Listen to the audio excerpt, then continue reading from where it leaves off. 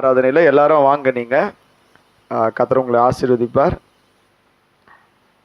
வரலன்னா அதுக்குரிய அக்கௌண்ட்டை நீங்கள் தான் என்ன செய்யணும், நீங்கள் தான் அதுக்கு தரணும். வீட்டில் என்ன பண்ணுறீங்கன்றது இன்றைக்கி முழுவதும் யாருக்கு தான் சொந்தம், அவருக்கு தான் சொந்தம். இதுக்கு மேலே நம்ம சொல்லக்கூடாது அதை பற்றி. அப்போ நீங்கள் தான் என்ன செய்யணும், அதை முடிவெடுக்க வேண்டியது உங்கள் கையில் இருக்குது. ஸ்தோத்திரம். தோசை மாதிரி ஒரு பக்கம் வெந்தால் போதுமா, இன்னொரு பக்கம் வேக வேணாமா? எப்ராஹிம் குறித்து சொல்கிறாரு, நீ திருப்பி போடாத அப்பம் அப்படின்னு சொல்கிறாரு. அப்படின்னா என்ன அர்த்தம்? வேகாத அப்பம். அப்போது ரெண்டு பக்கமும் வேகிறது தான் என்ன தோசைக்கு கூட. ஏன் அதுக்கு தோசைன்னு பேர் வந்துச்சுன்னா என்ன, அது ரெண்டு பக்கமும் என்ன செய்யுது, சொயின்றதுனால தான் என்ன அது தோசை செய்யா. அதனால் நம்ம எத்தனை பேர் ரெண்டு பக்கம் வேகணும்னு விரும்புகிறீங்க?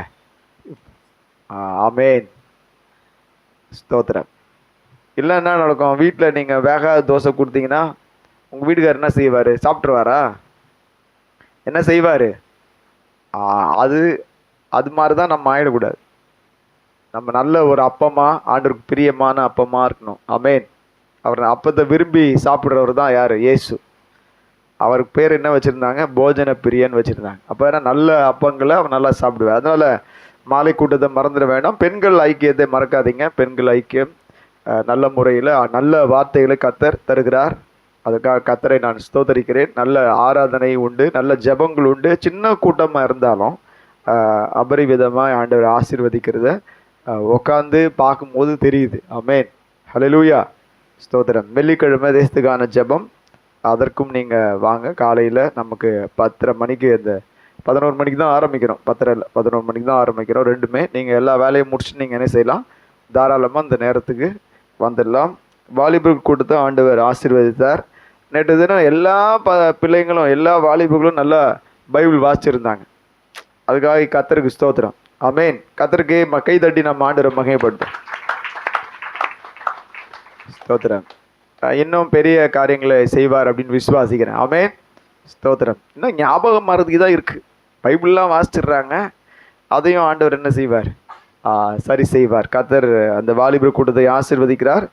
இன்னும் கடந்த வாலிபர் கூட்டத்தில் வந்த, அதாவது நம்ம ஆகஸ்ட் 15ஆம் தேதி வந்ததான வாலிபர் கூட்டத்துக்கு வந்ததான அந்த புது வாலிபர்களுக்காக நீங்கள் ஜெபம் பண்ணுங்கள். அதனுடைய பெயர்களை நாங்கள் சீக்கிரமாக இங்கே நாங்கள் சர்ச்சில் வைக்கிறோம், பின்னாடி ஒட்டி வைக்கிறோம். நீங்கள் உங்கள் கையில் வேணால் நாங்கள் தரோம், வாட்ஸ்அப்பில் வேணால் அனுப்பி வைக்கிறோம். நீங்கள் உங்கள் ஜெபங்களில் அவங்க பேரை சொல்லி நீங்கள் ஜெபம் பண்ணுங்கள். கர்த்தர் நிச்சயமாக உங்கள் வாழ்க்கையில் மெய்யான விடுதலையை கொடுத்துருக்கிறார்.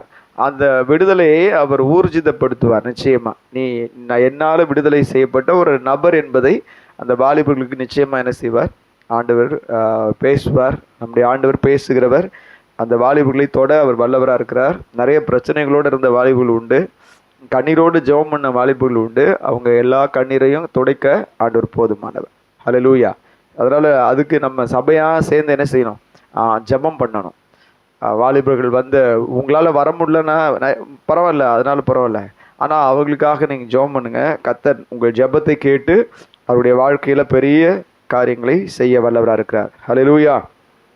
செப்டம்பர் 10ஆம் தேதி, அடுத்த மாதம் 10ஆம் தேதி வந்தால் நமக்கு வந்து எத்தனை வருஷம் ஆச்சு? 3 வருஷம் முடிஞ்சு 4வது வருஷத்துக்குள்ளே என்ன செய்கிறோம்? கால் எடுத்து வைக்கிறோம். ஹல்லேலூயா, ஸ்தோத்திரம். எத்தனை பேர் சந்தோஷப்படுறீங்க?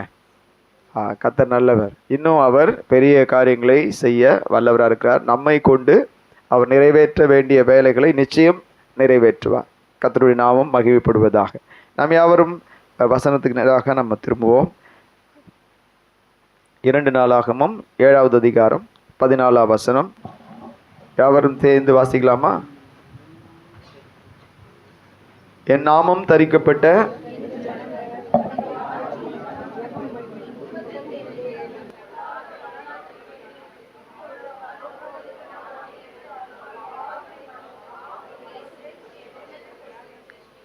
ஆமேன், ஹல்லேலூயா. தேசத்திற்கு சேமத்தை தருவேன்.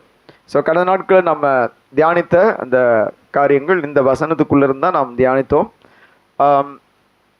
இந்த நாளிலும் இதிலே தான் அடுத்த பகுதியை நம்ம என்னென்ன வாசித்தோம்? எது தாழ்மை இல்லை அப்படின்றத பார்த்தோம், எது தாழ்மைன்றதை பார்த்தோம். அப்புறம் ஜபம் ஜபம்னா என்ன அதை பார்த்தோம்.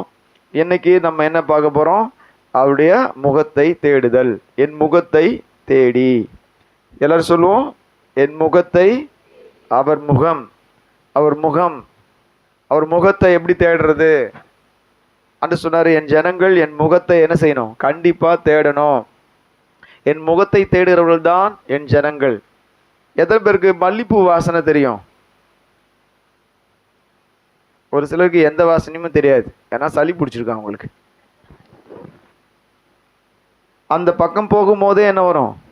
அந்த வாசம் வரும் இல்லை? ஒவ்வொரு அந்த என்ன சொல் ஸ்ப்ரே பண்ணிட்டு பாஸ்ட் லிஃப்டில் போவார், 4-5 ஸ்ப்ரே அடிப்பார். பார்த்து தெரியும், நல்லா நிறைய பர்ஃப்யூம் போடுவார், ஸ்ப்ரே 4-5 அடிப்பார். நம்ம போகும்போது நல்ல வாசனையாக இருக்கணும்டா அப்படின்வார். அவர் லிஃப்டில் இருந்து போனால் கூட அந்த வாசனை அதுலேயே இருக்கும், லிஃப்ட்லேயே இருக்கும், லிஃப்ட்டுக்குள்ளேயே இருக்கும். அப்போ தெரிஞ்சுக்கலாம் இங்கே யார் வந்து போயிருக்குது. ஆமாம், அவர் வந்து போயிருக்காரு அப்படின்னு தெரிஞ்சிடும். தேவ பிரசன்னமும் அப்படிப்பட்டது தான். தேவன் வந்திருக்கிறதுக்கு அடையாளம் அவருடைய பிரசன்னம் தான். தேவனுடைய பிரசன்னத்தில் நாம் என்ன செய்யணும்? உட்கார்றது. தேவனுடைய முகம் என்பது அவருடைய பிரசன்னம். தேவனுடைய பிரசன்னம் அல்லது தேவனுடைய சமூகம். தேவனுடைய சமூகம், அந்த சமூகத்தை தேடுகிறவர்களாக இருக்கணும். தேவனுடைய பிரசன்னத்தை நாம் தேடுகிறவர்களாக இருக்க வேண்டும் என்று நம்முடைய தேவன் விரும்புகிறார். என் ஜனங்கள், என் நாமம் தரிக்கப்பட்ட என் ஜனங்கள் என் சமூகத்தை தேடுகிறவர்களாக இருக்கணும். என் பிரசன்னத்துக்குள்ளே வாழ்கிறவர்களாக இருக்கணும். என் பிரசன்னத்தை தேடுகிறவர்களாக இருக்கணும். வெயிலில் போகும்போது உடனே நம்ம ரொம்ப வெயிலாக இருந்தால் நம்ம எதை தேடுவோம்? கொஞ்சம் நிழல் கிடைக்காதா தேடுவோம். எங்கேயாவது நிழல் இருந்தால் அங்கே என்ன செய்வோம்? போய் நின்று பொறுமையாக போகும். தாகம் வருது, பயங்கர தாகம். அப்படி தாகம் வரும்போது நம்ம என்ன செய்கிறோம்? தண்ணீரை தேடுறோம். எங்கேயாவது தண்ணீர் இருக்காதா, எங்கேயாவது கடை இருக்காதா. ஒரு சில வேளை நீங்கள் ஜூஸ் குடித்தா கூட தாகம் அடங்காது, தண்ணி குடித்தா தான் அடங்கும். அப்போ அந்த தண்ணிக்காக நம்ம மான்கள் நீரோடுகளை வாஞ்சித்து கதறுவது போல என் ஆத்துமா என் தேவனே உமக்காக கதறுகிறது என்று தாவீது சொன்னது போல நாம் அப்படிப்பட்ட ஒரு வாஞ்சையோடு கத்தரை தேடணும். தண்ணீர் இல்லாத சமயம். அதே மாதிரி நமக்கு தெரியும், நாம் போகிற பாதையிலே நாம் தேவ பிரசனத்துக்குள்ளாக இருக்கிறோமா இல்லையான்றது எங்கிற அத்தனை பேருக்கும் தெரியும். இதில் யாரும் விதிவிலக்கு அல்ல, எல்லாருக்கும் என்ன நல்லா தெரியும். நான் போகிற பாதை ஒரு சமாதானத்தோடு இருக்கிறது, நான் போகிற பாதை ஒரு தேவ பிரசனத்தோடு இருக்கிறது. நான் போகிற பாதையில் எனக்கு மட்டும் சமாதானம் இல்லை, என்னோடு கூட இருக்கிற அத்தனை பேருக்கும் சமாதானம். ஹல்லேலூயா. நான் போகிற பாதையில் என்னுடைய எதிரிகள் என்னை பார்த்தாலும் அவர்களுக்கும் சமாதானம் கூறுகிற அளவுக்கு தேவன் என்னை என்ன பண்ணியிருக்காரு? அவருடைய பிரசன்னத்தினாலே நிறைத்திருக்கிறார். ஹல்லேலூயா.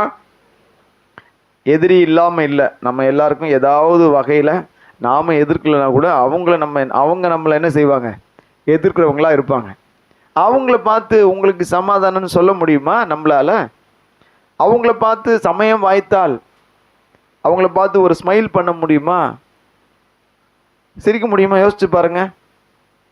ஒரு சில வேளையில் அது முடியாது. ஆனால் தேவனுடைய பிள்ளைகள், தேவனுடைய சமூகத்தை தேடுகிறவர்கள், அந்த அந்த பிரசனத்துக்குள்ள வாழ்றவங்க எப்படி இருக்கணும்ன்ற ஒரு வரையறை வச்சிருக்கார். அவங்க தான் என்ன செய்ய முடியும்? தேவ சமூகத்தை, தேவ பிரசனத்தை தேட முடியும். எல்லாராலும் தேவ பிரசனத்தை காண முடியாது. ஆனால் தேவ பிரசன்னமானது எல்லா இடங்களிலும் வியாபித்திருக்கிறது. தேவனுடைய மகிமை எல்லா இடங்களிலும் இருக்கிறது. அப்போ எல்லா இடங்களிலும் இருக்கிற அந்த தேவ சமூகத்தை யார் தேட முடியும் என்றால், யாருக்கு தாகம் இருக்கிறதோ அவங்க தான் போய் தேட முடியும்.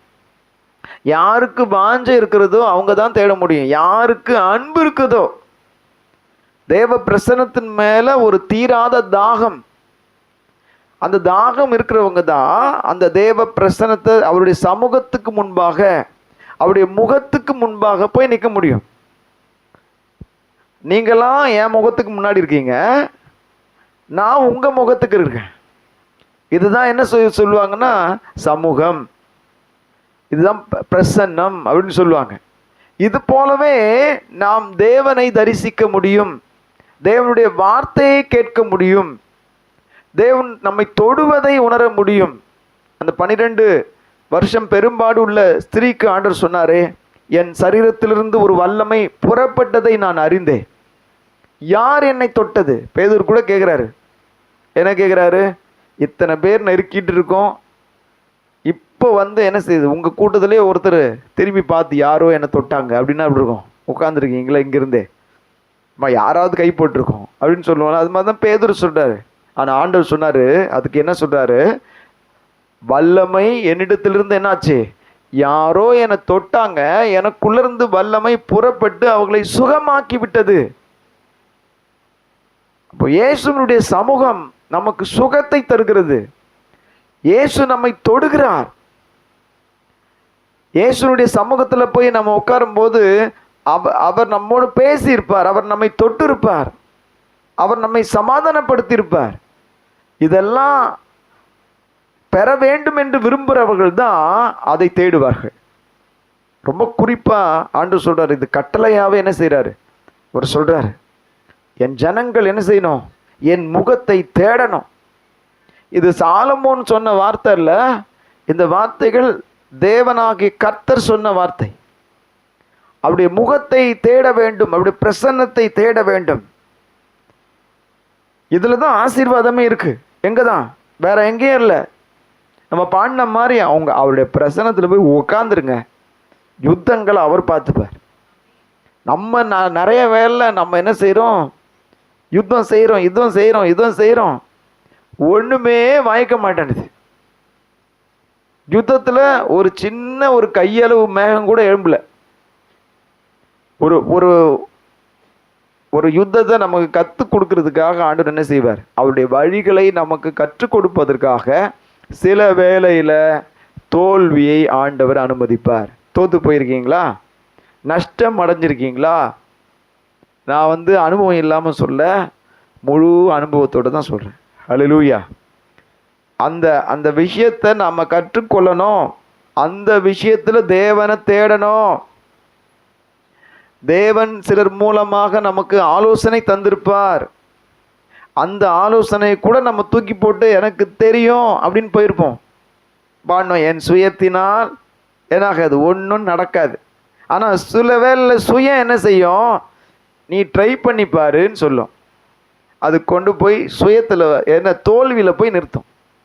ஆனால் இங்கே தேவ பிரசன்னம் என்ன செய்தான்? அது எல்லாவற்றையும் மாற்றி போடுகிறது. இந்த பிரசனத்துக்குள்ள தான், அந்த தேவனுடைய சமூகத்தில் தான் ஆசீர்வாதம். இஸ்ரவேல் ஜனங்களை ஆண்டவர் இப்படி தான் ஆசீர்வதிக்க சொல்லியிருக்கிறார்.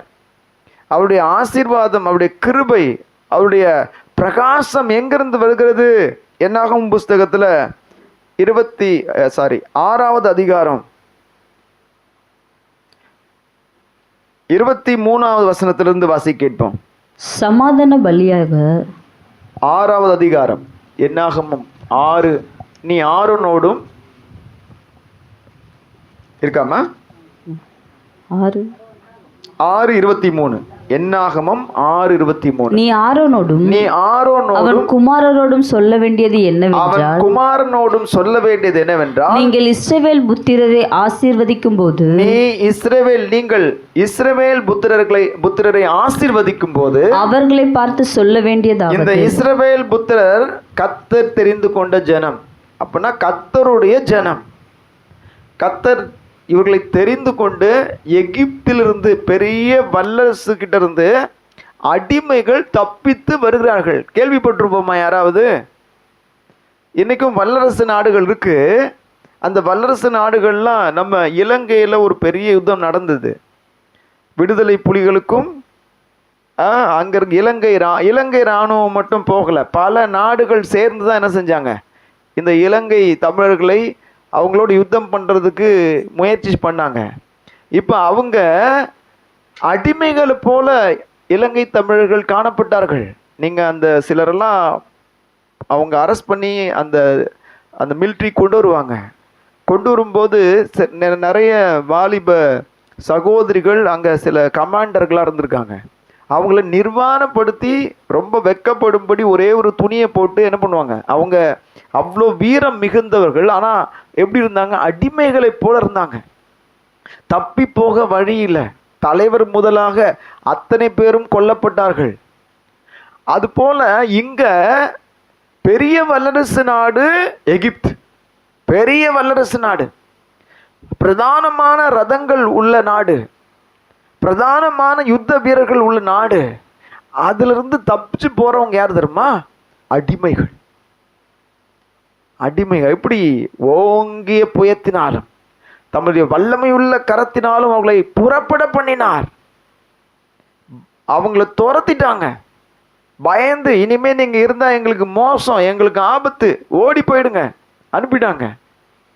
இப்படிப்பட்ட பெரிய பலத்த கரத்தினாலும் ஓங்கிய புயத்தினாலும் மீட்கப்பட்ட ஜனங்கள் தான் இஸ்ரவேல் ஜனங்கள். அவர்களை தமக்கென்று ஆண்டவர் என்ன செஞ்சார்?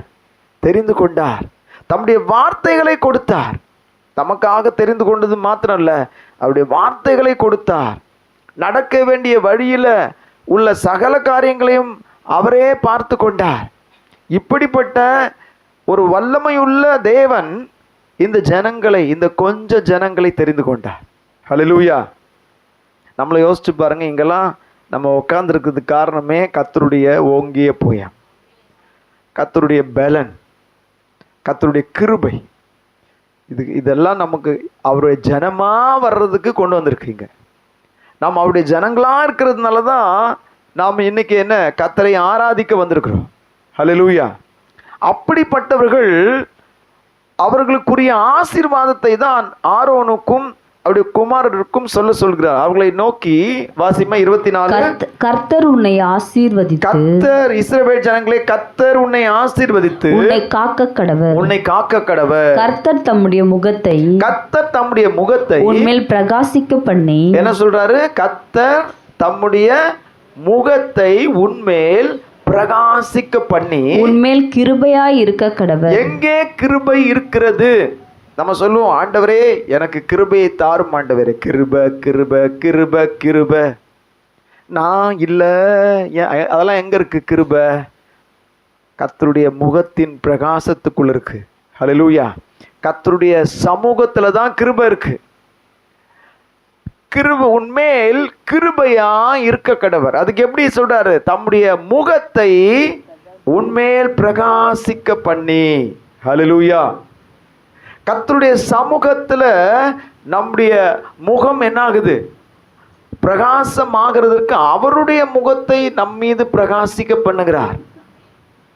அவருடைய முகத்தின் பிரகாசம் தான் நம்மை பிரகாசிக்க பண்ணுகிறது. பின்னாடி நம்ம அதை குறித்து பார்ப்போம்.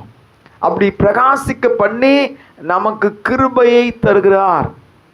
இரண்டாவது அடுத்த வசனம், கர்த்தர் தம்முடைய முகத்தை, கர்த்தர் தம்முடைய முகத்தை உன்மேல் பிரசன்னமாக்கி, உன்மேல் பிரசன்னமாக்கி உனக்கு சமாதானம் கட்டளையிட கடவர். தம்முடைய முகம் நமக்கு பிரசன்னமா இருக்கிறது. தம்முடைய ஜனங்களுக்கு என்ன வச்சிருக்கார் ஆண்டவர்? அவருடைய முகத்தை பிரசன்னமாய் வைத்திருக்கிறார். நம்மை விட்டு விலகி போகாதபடி அவருடைய கண்கள் நம் மீது எப்படி இருக்கான்? நோக்கமா இருக்கிறது. நம்முடைய கண்கள் யார் மேல் நோக்கமா இருக்கிறது? அவருடைய கண்கள் நம் மீது நோக்கமா இருக்கிறது. நம்ம கண்ணு யார் மேல நோக்கமா இருக்கிறது? நம்ம கண்ணு வேற யாரையாவது பார்க்குதா?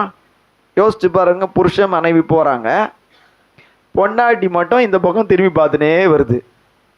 ஏவன் போறான், ஏவன் வரான் அப்படின்னு பார்த்துனே வருது. புருஷனுக்கு என்ன வரும்? கோவம் வரும். பைக்கில் போனால் அப்படி தள்ளி விட்டுருவான், செத்துப்போ அப்படின்னு, கீழே விழுந்து செத்துப்போன்னு. எவ்வளோ கடுப்பு வெறுப்பு இருக்கும் அவனுக்கு. அப்போ ஆண்டவர் என்ன எதிர்பார்க்கிறார்? என் ஜனங்கள் என் முகத்தை தேட வேண்டும். என் முகத்தில் இருக்கிறதான பிரகாசம் அவர்களுக்குள்ள கடந்து வரும்படி, என் முகத்தின் பிரசன்னம் அவர்கள் மேல் இருக்கும்படி என் ஜனங்கள் என் முகத்தை தேட வேண்டும். அப்படி அவருடைய பிரசன்னம் நம்ம இருக்கும்போது என்ன நடக்குதாம்? உன்மேல் பிரசன்னமாக்கி உனக்கு சமாதானம் கட்டளையிடுவார். யோசிச்சு பாருங்க, இந்த சமாதானத்துக்கு தான் உலகமே சுத்துன்னு சுத்துது. ஒரு சிலர் குழந்தை இல்லை, சமாதானம் போச்சு. ஒரு சிலருக்கு வியாதி, சமாதானம் போச்சு. கடன், சமாதானம் போச்சு. அப்புறம் என்ன, ஃபெயிலியர், தோல்வி போச்சு, சமாதானம். கைவிடப்பட்ட நிலைமை, சமாதானம் போச்சு. எதிரிகள், சமாதானம் போச்சு. எதிர் வீட்டுக்கும் இங்க ஒரு தாத்தா இருந்தார், அவர் வீட்டுக்கும் எப்பவுமே பிரச்சனை. இப்படி வந்து பார்த்தா அவங்க வீடு தான் தெரியும், வாசல்ல இருந்து உள்ள கிச்சன் வரைக்கும் தெரியும். அந்த அவன் தாத்தாவை பார்த்தாலே கெட்ட வார்த்தையில திட்டுவான் தாத்தாவை பிடிக்காது. தாத்தா யாரு? நல்ல ஆண்டவர் தேவ பக்தி உள்ள தேவ மனிதன். எந்த வம்புக்கும் போக மாட்டாரு. அவர் கர்த்தரை தொழுது கொள்கிற மனிதன். ஆனா இவருக்கு இப்படி ஒரு எதிரி. அத்தனை பேரும் சமாதானமா இருக்கிறாங்க, இவரை எதிர்க்கிறவரும் இருக்கிறாங்க. ஏன்னா இவருக்கு தேவனுடைய நீதியா இருப்பாரு, கொஞ்சம் கூட கெட்ட பழக்கம் இல்லை, அங்க இங்க வரமாட்டாரு, எங்கேயும் நீதியா இருப்பாரு, அமைதியா போயிடுவாரு. இதை பார்க்கும்போது இவன் வித்தியாசமா இருக்கிறானே, இவன் மட்டும் ரொம்ப வித்தியாசமா இருக்கிறானே, நம்ம கூட சேர மாட்டான் பாருங்க. நீங்களாம் ஒரு சிலர் கூட சேரலன்னா அவங்க உங்களை எதிர்ப்பாங்க. சேர்ந்துட்டீங்கன்னா ஒன்னா கட்டி பிடிச்சி என்ன செய்யலாம், கும்பலா கூத்தாடின்னு இருக்கலாம் ஓரமா. சேரலன்னா நம்மளை அப்படியே எதிர்ப்பாங்க. இன்னும் இவன் நமக்கு ஒத்தே வரமாட்டான், ஆமானின் ஆவி வந்துடும் உள்ள. இவன் நமக்கு மட்டும் என்ன பண்ண மாட்டான், நமஸ்காரம் பண்ண மாட்டான், நமக்கு மட்டும் சல்யூட் அடிக்க மாட்டான், நமக்கு மட்டும் விஷ் பண்ண மாட்டான் அப்படின்னு ஒரு ஆமானின் ஆவி வந்துடும். அப்போ உடனே அவனை எதிர்க்க ஆரம்பிச்சிடுவாங்க. அதே மாதிரி இந்த தாத்தாவையும் எதிர்க்க ஆரம்பிச்சிட்டாங்க. தாத்தா ஒரு நாள் பார்த்தாரு, இவர் ரொம்ப பேச ஆரம்பிச்சிட்டோன்னு நீட்டாக வீட்டுக்கு போயிட்டு வாசல் நின்று, அவர் ஒரு வாலிபன், மனைவி பிள்ளைங்களாம் இருக்கு, அவரை பார்த்து சொன்னாராம், ஒரு நாள் வரும் அப்போ நான் உன்னை கொலை செய்வேன் அப்படின்னாரான். அவன் உடனே சிரிக்கிறானா, யோ தாத்தா நீ என்ன கொல்லுவியா, நான் அடிச்சேன்னா நீ என்ன ஆகிட மாட்டேன், காணாமல் போயிடுவேன், நீ என்ன அவன் காணாமல் போயிடுவ, நீ என்ன கொண்டுடுவியா பார்த்துக்கலாம். ஆனால் இவர் என்ன கொண்டுடுவேன்னு சொன்னது பின்னாடி தான் அவர் புரிஞ்சுட்டார். அப்படி ஒரு நாள் கடந்து போச்சு. இவங்க பகை ஜாஸ்தியாகுது, தாத்தா மேலே என்ன இருக்குது, பகை ஜாஸ்தியாகுது. பாருங்க, தேவ பிள்ளைகள் எப்போவுமே நம்மக்கிட்ட அன்பாக இருப்பாங்கன்னு மட்டும் நினைக்காதீங்க. அதாவது தேவ பிள்ளைகளாக நம்ம இடத்துல உலகம் எப்போவுமே அன்பாக இருக்கணும்னு நினைக்காதீங்க. சில வேளை நம்ம பகைக்கப்படுவோம். அவரே சொன்னார், இந்த உலகம் என்னை பகைத்ததனால் நீங்களும் என்ன ஆவீங்க, பகைக்கப்படுவீர்கள். அதனால நாமளும் பகையை காட்டணும்னு அர்த்தம் கிடையாது. ஒரு நாள் இவங்க ஊர்ல இருந்து எங்கேயாவது வெளியே போனோன்னா ஒரு பரிசல் மூலமாக தான் போனோம். சின்ன படகு இருக்கும், அந்த படகு வழியாக தான் போனோம். நல்ல திரண்டு ஓடுகிற தண்ணீர் வழியாக தான் அந்த போகும், அந்த பரிசல் போகும். அப்போ பரிசல்ல தாத்தா ஏறி உட்காந்துட்டாரு. இந்த தாத்தாவை பார்க்காம எதிர் வீட்டுக்காரன் வேகமாக வந்து என்ன பண்ணிட்டாரு, ஏறி உட்காந்துட்டார். பரிசல் கொஞ்சம் தூரம் போகும்போது தான் தெரியுது தாத்தா உள்ள இருக்காரு. இவரால் சகிக்க முடியல, நீ ஏறின பரிசல்ல நான் ஏறிட்டேனா, என்ன நடந்ததுன்னு தெரியல, திடீர்னு பரிசல் கவுந்துடுச்சு. அந்த பரிசல் ஓட்டுறவனுக்கு என்ன வருது, அவனுக்கு நீச்சல் தெரியுது, தாத்தாவுக்கு நீச்சல் தெரியுது. ஆனா அந்த எதிர் வீட்டு வாலிபனுக்கு நீச்சல் தெரியல. இந்த பரிசல்காரன் பரிசலை திருப்பி போட்டு என்ன பண்ணிட்டான், ஏறிட்டான். அவனுக்கு தன்னுடைய பரிசல்ல வந்திருக்கிறானே ஒருத்தன், அவனை காப்பாற்றணும் அப்படின்னு எண்ணம் இல்லை, எப்படி தப்பிச்சு ஓடிடலாம் அப்படிதான் எண்ணம். இந்த டிரைவர்லாம் பாருங்க வேகமாக வந்து இடிச்சிடுவாங்க. யாரன்னா லாரி டிரைவர் இடிச்சுட்டு அவன் செத்துருவான். உடனே அந்த இடத்துல இருக்க மாட்டான், ஓடியே போயிடுவான். ஏன்னா அவன் உயிரை காப்பாற்றிக்கணும், ஓடிடுவான். அந்த மாதிரி இவர் துடிச்சு பரிசல்கார் போகிற டைமில் அந்த தாத்தா என்ன பண்ணிட்டார், பரிசலில் ஏறி வந்துட்டு எப்பா நீ கொஞ்சம் இரு, என் வீட்டு எதிர்க்க ஒருத்தர் இருக்கார் தம்பி, அவர் உள்ளே போயிட்டாரு, அவரை நான் என்ன செய்கிறேன் காப்பாற்றுறேன்னு காப்பாற்றிட்டார். இப்போ நம்மளா இருந்தால் என்ன செஞ்சுருப்போம், சாவுடா என்னையா சொன்ன, கத்தர் பார் எனக்காக யுத்தம் பண்ணியிருக்காரு, உன்னை என்ன பண்ணியிருக்காரு பரிசலில் கவுத்து போட்டார் சொல்லியிருப்போம்ல. ஆனால் அவர் அப்படி சொல்ல. உடனே அவரை அந்த வயதான காலத்திலும் அவனை தூக்கி காப்பாற்றி, அதுக்குள்ளே நிறைய தண்ணி குடிச்சதுனால மயங்கிட்டாரு. கொண்டு வந்து மருத்துவமனையில் சேர்த்துட்டு அங்கே உட்காந்துருக்கார். மனைவி பிள்ளைங்கள்லாம் ஓடி வராங்க. ஓடி வந்து யாரை பார்க்குறாங்க? இந்த வாலிபனை பார்க்கறது வராங்க. சின்ன சின்ன குழந்தைங்களோட கூப்பிட்டு வராங்க. ஐயோ என்னாச்சு என்னாச்சு என்னாச்சுன்னு வந்து பார்த்தா இவர் என்ன செய்கிறாரு? அப்படியே டயர்டாக படுத்துன்னு இருக்கார். படுத்துட்டு அப்புறம் அவர் என்ன கேட்பாரு? நான் இப்போ எங்கே இருக்கிறேன் அப்படி தானே கேட்பாரு. அதே மாதிரி அவர் கேட்குறாரு, என்ன ஆச்சு எனக்கு? பரிசல் கவிழ்ந்துருச்சு, என்னை காப்பாற்றினது யாருன்னு தெரில அப்படின்னு சொல்லும் போது, அப்போ அவங்க பக்கத்தில் இருந்தவர் சொன்னாராம், இந்த ஐயா தான் உங்களை என்ன பண்ணார்? காப்பாற்றினாரு. இவர் தான் உங்களை காப்பாற்றி இங்கே கொண்டு வந்து சேர்த்தாரு அப்படின்னோடனே இப்போ தான் அவருக்கு என்ன வந்துருச்சு? உணர்வு வந்துருச்சு. எவ்வளோ நாட்கள் இவரை நான் எதிர்த்தனே, எவ்வளோ கெட்ட வார்த்தைகளை பேசினனே, எவ்வளோ விஷயங்களை இவங்களுக்கு அவதூறாக நான் சொன்னனே, ஐயா உண்மையாகவே நீங்கள் என்னை கொண்டுட்டீங்க அப்படின்னாராம். புரியுதா நான் சொல்கிறது? அதுதான் உண்மையான கொலைனா என்னதான்? நல்லது செய்கிறது தான் கொலை. நீங்கள் வேறு எதாவது நினச்சிக்காதீங்க.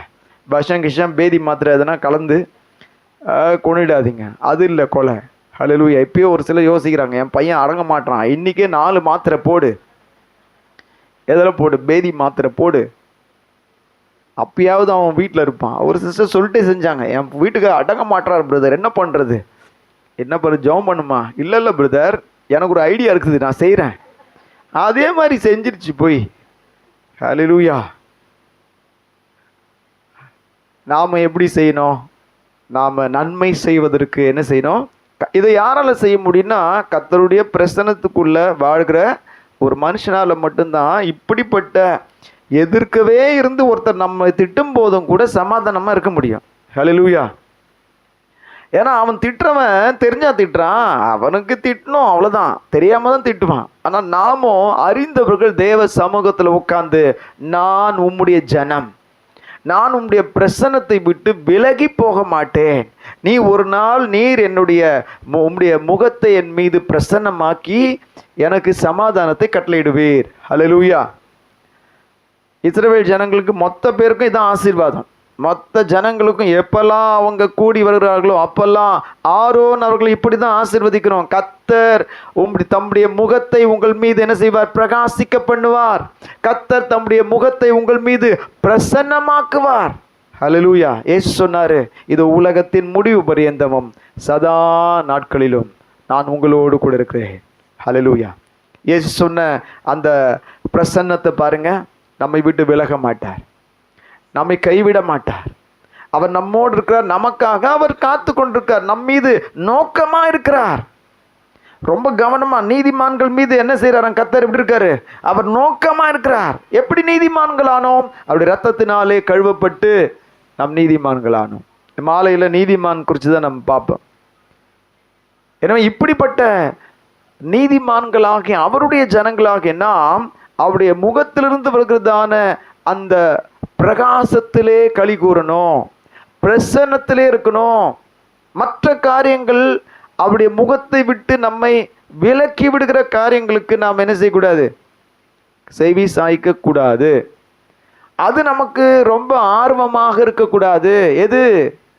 கர்த்தருடைய முகத்தை விட்டு எது பிரிக்குது?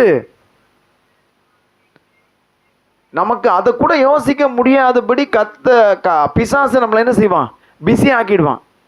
என்னால் ஏன் ஜெபம் பண்ண முடியல அப்படின்னு நீங்கள் கேட்டு பாருங்களேன். அந்த கேள்வி கேட்டு முடிக்கிறதுக்குள்ள கூப்பிட்டுருவாங்க, சூர்யா எங்கே இருக்க, வா, எங்க கதையே முடிஞ்சு போச்சு. விடமாட்டான் பிசாசு. கொஞ்சம் கூட தேவ சமூகத்தில் அவருடைய பிரசன்னத்தில் உட்கார பிசாசு விடமாட்டான். ஏன்னா நாமும் சில வேளையில் உறுதியற்ற நிலையில் இருப்போம், வெயிட்டிங்கில் இருப்பாங்க. யாராவது என்னை கூப்பிடுவாங்களா அப்படின்னு. ஒரு சிலர்லாம் யாராவது என்னை கூப்பிடுவாங்களா, கடை திறந்து வச்சுட்டு யாராவது கடையில் வந்து பொருளை வாங்குறோம், அது மாதிரியே வெயிட் பண்ணுவோம். யாராவது என்னை கூப்பிடுவாங்களா, யாரை ஒரு ஃபோன் பண்ணோ வரேன், அவ்வளோதான், அங்கே போய் நிற்போம். அவ்வளோ ஃப்ரீயாக இருப்போம். ஆனால் பைபிள் கையில் எடுக்க மாட்டோம். ஃப்ரெண்டு ஃபோன் அடிச்சா எடுத்து என்னடி அப்படின்னு பேசிட்டே இருக்குது. எவ்வளோ நேரம் ஆகுதுன்னு தெரியாது. எடுத்துன்னு வெளியே ஓடிடுறது. எங்கே போகும்? அப்படியே ஓடி கடலுக்கே போயிடுவாங்க போல எடுத்துன்னு ஓடினா. போய் பேசு. ஆனால் கர்த்தருடைய சமூகத்துக்கு என்ன கொஞ்ச நேரம் திரும்புறதில்லை. கொஞ்ச நேரம் திரும்புது. ஆனால் ஃப்ரெண்டு கிட்ட நமக்கு சமாதானம் கிடைக்காது, ஃப்ரெண்டு கிட்ட நமக்கு கிருபை கிடைக்காது. தேவனுடைய பிரசன்னத்தில் தான் கிருபை, தேவனுடைய சமூகத்தில் தான் நமக்கு சமாதானம். என்னைக்கு அதை நம்ம உணர்றோமோ அன்னைக்கு நிச்சயமா நம்முடைய வாழ்க்கை மாறும். என் ஜனங்கள் என் முகத்தை தேடணும். இப்போ ஆண்டவர் சொல்றதுக்கு காரணம், இவங்களுக்கு பிரச்சனை வரும்போது மட்டும்தான் தேடுவாங்க. ஆண்டவர் சொல்றாரு, சமாதான காலத்துல என்ன தேடணும், அவங்க நன்மை அனுபவிக்கிற காலத்துல என்ன தேடணும். அவர்கள் எப்பொழுதும் தேடணும், எப்பொழுதும் அவருடைய நினைவு இருக்கணும். ஹல்லேலூயா. எப்பொழுதும் அவருடைய பிரசன்னத்துக்குள்ள இருக்கணும். நம்முடைய பிரசன்னம் என்பது இன்னொரு வகையில் நம்முடைய வீடு நீங்கள் எடுத்துங்க. எங்கே போனாலும் நம்ம வீட்டுக்கு வந்து காலை நீட்டி உக்காந்தாதான் நமக்கு எப்படி இருக்கும், நிம்மதி. நீங்கள் அரண்மனைக்கே போயிட்டு வந்தால் கூட நம்ம வீட்டில் வந்து கொஞ்ச நேரம் உட்காந்து படுத்து எழுந்தாதான் நமக்கு என்ன, உண்மையா பொய்யா நான் சொல்கிறது? உண்மை தானே, வேற எங்கேயும் செட் ஆகாது. நம்முடைய தேவனும் அப்படிப்பட்டது தான். நீங்கள் எங்கே போய் அலைஞ்சு திரிஞ்சாலும் உங்களுக்கு யாரும் செட் ஆக மாட்டாங்க. கடைசியில் நீங்கள் வர வேண்டிய இடம் எது தெரியுமா? அவருடைய பிரசன்னத்துக்குள்ளே தான். ஹல்லேலூயா. போய் பாருங்க. நான் உங்களுக்கு வேணா என்ன செய்கிறேன், தாராளமாக நீங்கள் என்ன செய்யுங்க, அடுத்த வாரம் கூட சண்டே வர தேவையில்ல, எங்கேயாவது போங்க, போய் பாருங்க. அங்கெல்லாம் கிடைக்காத ஒரு சமாதானம் தேவ சமூகத்தில் தான் நமக்கு கிடைக்கும். ஒரு நாள் எல்லாரையும் புரிந்து கொள்கிற காலம் வரும். அப்பொழுது நாம் தேவனையும் புரிந்து கொள்வோம், அவர் நல்லவர் என்று. ஹல்லேலூயா. கர்த்தர் நல்லவர் என்பதை ருசித்து பாருங்கள். அவர் மீது நம்பிக்கையா இருக்கிற மனுஷன் பாக்கியவான். எனவே அந்த நல்ல தேவனுடைய முகத்தை நாம் தேடணும், அவருடைய பிரசன்னத்தை தேடணும். அங்க பிரசன்னத்தில் நமக்கு கிடைக்கிறது கிருபை, அவருடைய பிரசன்னத்தில் நமக்கு கிடைக்கிறது சமாதானம். அடுத்த வசனம் வாசிமா 27. இவ்விதமாய் அவர்கள் என் நாமத்தை இஸ்ரவேல் புத்திரர் மேல் கூற கடவர்கள். அந்த பிரசன்ன, அந்த நாமத்துக்குள்ள இருக்கு பிரசன்னம் இருக்கு. கர்த்தருடைய முகம், கர்த்தருடைய முகத்தை முதல்ல என்ன பிரசன்னமாக்குகிறார், பிரகாசிக்க பண்ணுகிறார், பிரசன்னமாக்குகிறார். உங்க முகம் பிரகாசிக்க ஆரம்பிச்சதுனாலே உங்க மேல தேவ பிரசன்னம் தங்கி இருக்கும். தானியேல், சாத்ராக், மேஷாக், ஆபேத் நேகோ அவங்க தேவ பிரசன்னத்தை விட்டு விலகக்கூடாது அப்படின்னு ஒரு தீர்மானம் எடுத்தாங்க. இந்த ராஜாவினுடைய போஜனத்தினால நான் தீட்டுப்பட மாட்டேன். யாரெல்லாம் தீட்டுப்படுறாங்களோ அவங்கெல்லாம் தேவ சமூகத்தை விட்டு விலகி போறாங்கன்னு அர்த்தம். தேவ பிரசன்னத்தை விட்டு விலகி ஓடுகிறார்கள் என்று அர்த்தம். இவர்கள் தீர்மானம் எடுக்கிறாங்க, இந்த ராஜாவின் போஜனத்தினால நான் எங்களை தீட்டுப்படுத்தி கொள்ள மாட்டேன். இப்போ அவங்க இருக்கிற நாடு வந்து இஸ்ரவேல் தேசம் இல்லை, அந்நிய தேசத்தில் இருக்காங்க. கட்டுப்பாடுகள் இல்லை, யாரும் பார்க்கல, யாரும் வந்து இவங்க மேலே உரிமை எடுத்து அதை வந்து சட்டப்படி அமுல்படுத்த முடியாது. இவன் விக்கிரகத்தை வணங்கி அங்கே இருக்கிறத சாப்பிட்டுட்டான், இவன் இந்த மாதிரி மோசமான ஒரு ராஜ போஜனத்தில். ஏன் ராஜ போஜனம்? ஆண்டவர் வேண்டாம் என்று சொன்ன, தீட்டுப்படுத்தும் என்று சொன்ன அத்தனை காரியமும் என்னதான், எல்லாமே தீட்டு. ஆண்டவர் சொன்ன என்னாகும் புஸ்தகத்தில் இருக்கு, அப்புறம் லேவியராகமம் புஸ்தகத்தில் இருக்கு, இதெல்லாம் சாப்பிடக்கூடாது. அதுதான் இவங்க என்ன செய்கிறாங்க, இந்த பாபிலோனில் அற்புதமான விருந்து, ராஜ விருந்து, தன்னை தீட்டுப்படுத்தி கொள்ளக்கூடாது என்பதற்காக போய் தயவாய் கேட்கிறார்கள், ஐயா எங்களுக்கு பருப்பு மரக்கறிகளை கொடுங்க, 10 நாள் சோதிச்சு பாருங்க. 10 நாள் சோதிச்சு பார்க்குறாங்க. யார் தன்னை தீட்டுப்படுத்தி கொள்ளக்கூடாது என்று வருந்தி கேட்டு கர்த்தருடைய பிரமாணத்தை வசனத்தை கை கொள்ள விரும்புகிறார்களோ அவருடைய முகங்கள் பிரகாசித்தது. ஹல்லேலூயா. மற்ற முகங்களை விட இவங்க முகம் ஒரு தெளிவு இருக்கு, ஒரு அழகு இருக்கு. ஹல்லேலூயா. எத்தனை பேர் அழகாகணும்னு விரும்புறீங்க? இப்போ நிறைய பேருக்கு ஆசையே இல்லை, இன்னும் நான் கலர் ஆகணும், இன்னும் என் முகம் பிரகாசமாகணும். இதுக்கு பியூட்டி பார்லர் போனால் என்ன செய்யலாம், நல்ல மாவை பூசி அனுப்பி விட்ருவான், அவ்வளோதான். வரும்போது எப்படி இருக்கும், அப்படி தான் இருக்கும். ஒரு நாள் கல்யாணத்துக்கு போயிருந்தோம், இந்த பொண்ணு இது வரைக்கும் பார்க்காத கலரில் இருக்குது. திடீர்னு யாரோ தண்ணி என்ன பண்ணிட்டாங்க, எடுத்துன்னு ரொம்ப மேலே ஊற்றிட்டாங்க, அப்படியே ஒரு பக்கம் போயிடுச்சு மேக்கப்பெல்லாம். போன பிறகுதான் தெரியுது உண்மையான கலர் இதுதானா அப்படின்னு. நிறைய வாலிபர்கள்லாம் இந்த மேக்கப் போடுறத பார்த்து மயங்கிடாதீங்க. என்ன அஜய் புரியுது? அவன் மட்டும்தான் என்னை பார்த்தேன், எல்லாம் தலைகளுக்கு. மேக்கப் போடுறத பார்த்து இது லிப்ஸ்டிக் நல்லா இருக்கு, எந்த ட்ரெஸ்ஸு நல்லா இருக்கு, அதெல்லாம் பார்த்து என்ன பண்ணாதீங்க, ஏமாந்தே போயிடாதீங்க. ஹல்லேலூயா. நரி சாயம் ஒரு நாள் என்ன ஆகும், வெளுத்து போகும். ஆமென். அவங்க முகங்கள்லாம் பிரகாசித்தது. தன்னை தீட்டுப்படுத்தாமல் இருந்தார்கள். தீட்டுப்படுத்தாமல் இருந்ததுக்கு அர்த்தம் என்ன? கர்த்தருடைய பிரசன்னத்துக்குள்ள இருந்தாங்க. ஹல்லேலூயா. நீங்க பிரசன்னத்துக்குள்ள இருந்தீங்கன்னா நீங்க எங்கேயும் போகாம உங்க முகம் பிரகாசமாகும். உங்க முகத்தில் உள்ள பிரகாசம் அவ்வளோ வெளிச்சமா இருக்கும். ஹல்லேலூயா. மற்றவங்க பார்க்கும்போது ஐயோ எங்களை உங்க முகத்தை பார்க்க முடியல, உங்க முகத்துல என்ன வருது? கர்த்தருடைய பிரசன்னம் இருக்கு, உங்க முகம் தேவ தூதனை போல இருக்கு அப்படின்னு சொல்லுவாங்க. நம்ம கூடவே இருந்தவங்களுக்கு கூட தெரியாது, திடீர்னு என்ன உன் முகம் ரொம்ப பிரகாசமா இருக்கேன்னு கேட்பாங்க. கேட்பாங்களா கேட்க மாட்டாங்களா? ஹல்லேலூயா சொல்லுங்க. ஹல்லேலூயா. எப்போ கேட்பாங்க? இதை வாசிங்க, மத்தேயு 17வது அதிகாரம் 1ஆம் வசனத்திலிருந்து வாசிப்போம்.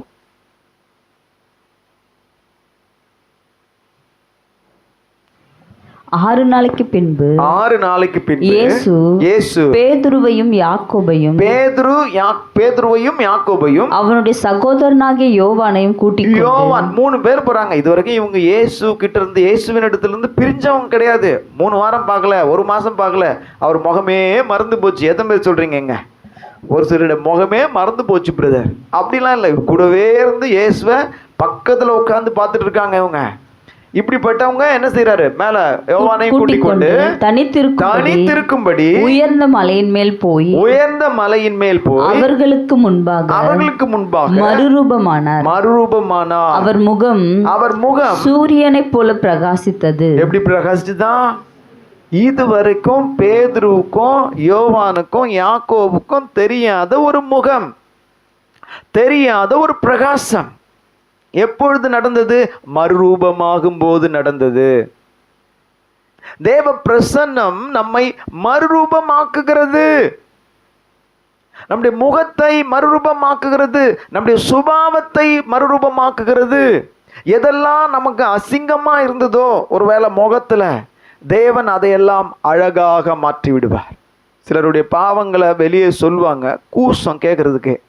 ஆனால் ரட்சிக்கப்பட்ட பிறகு அவங்க அதுலேருந்து எப்படி வெளியே வந்தாங்கன்னு சொல்லுவாங்களே, அது ரொம்ப அழகாக இருக்கும். ஆமேன்னு சொல்லுங்க. எப்படி அந்த பாவத்தை விட்டு நாங்கள் வெளியே வந்தோம், கர்த்தரை பின்பற்றி இதுவரைக்கும் அந்த பாவம் செய்யாதபடி கர்த்தர் எங்களை காத்து கொண்டு வந்ததை சொல்லுவது அத்தனை அழகு, அத்தனை அழகு. ஹல்லேலூயா. தேவ பிரசன்னம் முகத்தை பிரகாசிக்க பண்ணிருது. அது எப்படி இருந்ததுன்னா சூரியனை போல பிரகாசித்தது. அவர் வஸ்திரம், முகம் பிரகாசிச்சா வஸ்திரமும் என்ன ஆகுது? வெளிச்சத்தை போல வெண்மை ஆயிற்று. நம்ம போட்ட ஒயிட் எல்லாம் ஒண்ணுமே கிடையாது. இன்னொரு இடத்துல எந்த வண்ணானாலும் வெளுக்க முடியாத அளவுக்கு நீங்க எல்லாம் என்ன துவைக்கிறீங்க? வெள்ளை சட்டையை பார்த்தா அதுல என்ன ஆரஞ்சு கலர் ஒட்டியிருக்கு. ஏன் ஒட்டியிருக்கு? புடவையோட சேர்த்து போட்டு என்ன பண்றது? ஒரு அமுக்கி விட்டுறது, அவ்வளவுதான். ஆனா இங்க என்ன? வெளிச்சம், வெளிச்சம், வஸ்திரம், வெளிச்சம். இதை யார் தர முடியும்? தேவ பிரசன்னம் தர முடியும். இப்ப பேதுருவும் யாக்கோபும் யோவானும் வாசிமா அடுத்த வசனம். அப்பொழுது மோசேயும் எலியாவும் அவரோடு பேசுகிறவர்களாக அவர்களுக்கு காணப்பட்டார்கள். அப்பொழுது பேதுரு இயேசுவை நோக்கி, ஆண்டவரே, நாம் இங்கே இருக்கிறது நல்லது. இவர் இந்த பிரகாசத்தை பார்த்த உடனே, ஐயா நம்ம கீழே போக வேணாம், எல்லாம் கருப்பு மூஞ்சி, எல்லாம் அழுக்கு ட்ரெஸ், கந்த துணியை கட்டின்னு இருக்காங்க, நீங்க எப்படி இருக்கீங்க? இங்க அழகா இருக்கீங்க, சூரியனை போல பிரகாசிக்கிறீங்க, உங்க வஸ்திரம் எப்படி இருக்கு? ரொம்ப அழகா இருக்கு. அதனால இங்கே இருந்துடலாம். எங்கே இருந்துடலாம்? உமக்கு சித்தமானால் இங்கே உமக்கு ஒரு கூடாரம், மோசேக்கு ஒரு கூடாரம், பெரிய ஆட்கள் மோசேக்கு ஒரு கூடாரம், எலியாவுக்கு ஒரு கூடாரமாக 3 கூடாரங்களை போடுவோம் என்றான். 3 கூடாரங்களை ரெடியா இருக்காரு அவரு. ஓகேனா போய் கூடாரம் போட்டுறதுக்கு. ஹல்லேலூயா. ஹல்லேலூயா. தேவனுடைய பிரகாசம், தேவனுடைய பிரகாசம், இதுவரைக்கும் இல்லாத தம்முடைய பிரகாசத்தை தேவன் நம் மீது பிரகாசிக்க பண்ணுவார். எப்பொழுது? அவருடைய பிரசன்னத்துக்குள்ள இருக்கும்போது, அவருடைய சமூகத்துக்குள்ள இருக்கும்போது. இன்னொருத்தர் இருக்கார், மோசே. மோசேயின் முகம் பிரகாசித்தது. யாத்திராகமம் 34:29.